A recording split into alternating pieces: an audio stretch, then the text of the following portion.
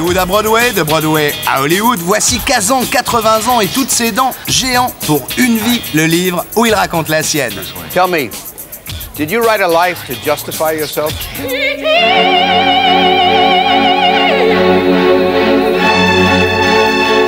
I'm very proud of my life and all the things I did, and I didn't write it for that reason. I wrote it to look at my life again. At the end of your life, you sometimes dream back and ask yourself about what you did and how you so on. But you know, when you tell the truth, the whole truth, and nothing else but the truth, as you say you did, aren't you bound to hurt some people? You do hurt people. For the first time in my life, I said what I thought about a number of people, and they were a little upset. I wouldn't say they were mortally hurt. I mean, they'll recover, but at least they know what I think, and I go to the grave with having said everything I feel. Tell me, did the actors wait for the actors' studio to tell them what their link of a part was to their own lives? I was an actor for 8 years, and I learned very quickly that the best way to understand something in a scene is by understanding something similar that happened to yourself. Tell me, is there a method to discover why Brando, Dean, Montgomery Clift, and Warren Beatty became stars?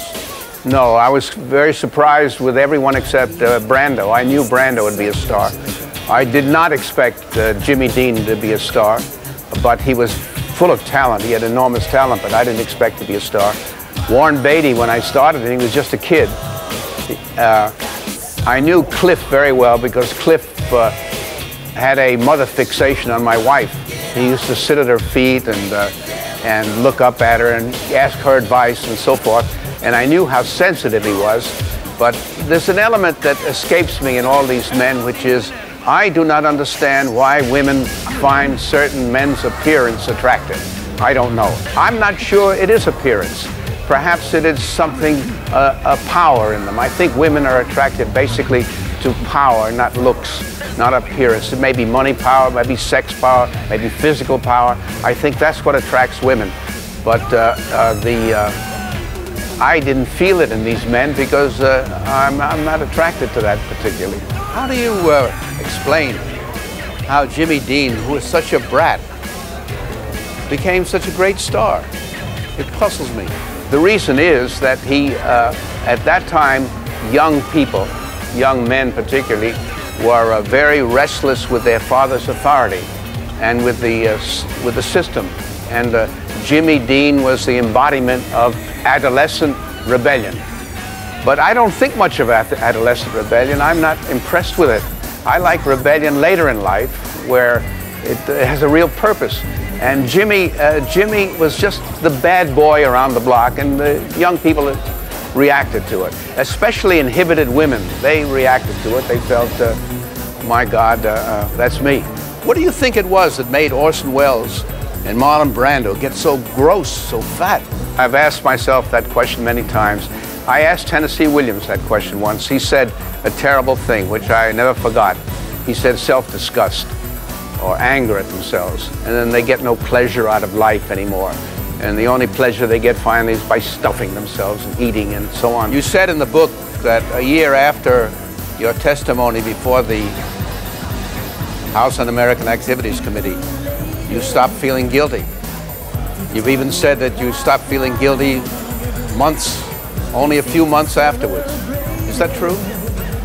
No, about 2 months afterwards, when I lost a few friends. I lost a few friends that I don't feel deprived of. I forgot it. And I stopped feeling guilty. You can't live a life on guilt. And when I thought about it, I thought I did right. Although it was difficult. It was not a simple choice. Sometimes you say either this or that, and one is black and one is white. It wasn't anything like that. Is it possible that because you were the son of a rug dealer, a rug merchant, you had some need to exert revenge on the white Anglo-Saxon population in the school and in the society where you moved? I felt that I was looked down on a little bit. See, when I was in college, I was a waiter. 4 years I waited on table, and I brought food to the privileged, to those who had money enough to pay their way and so forth. And then I went to drama school and I worked the dishwasher. So all the time I felt that I was one of a, what do you call it, outsider. And naturally it's inevitable that there be some feeling of, now I've turned the tables on you, haven't I? Are you still an outsider? I don't think so, no. What do you say to yourself every morning when you look in the mirror? There's a famous story about a justice of the Supreme Court in America, Oliver Wendell Holmes, and he was 80 years old, like I'm 80 years old, and he was walking down the street one day, and a beautiful girl passed, a young girl with everything perfect in place and so on, and he looked at her and he said to the man that was walking with him, he said, "Oh, to be 70 again." Sometimes I feel I wish I was 70 again. Do you remember your father saying to you with your face, you would never be an actor? He said, "What are you going to do at the Yale Drama School?" I said, "I'm going to study acting." He said, "Didn't you look in the mirror? You say in the book, A Life, that talent, like beauty, vanishes. Is that true?" No, that's the best book I wrote.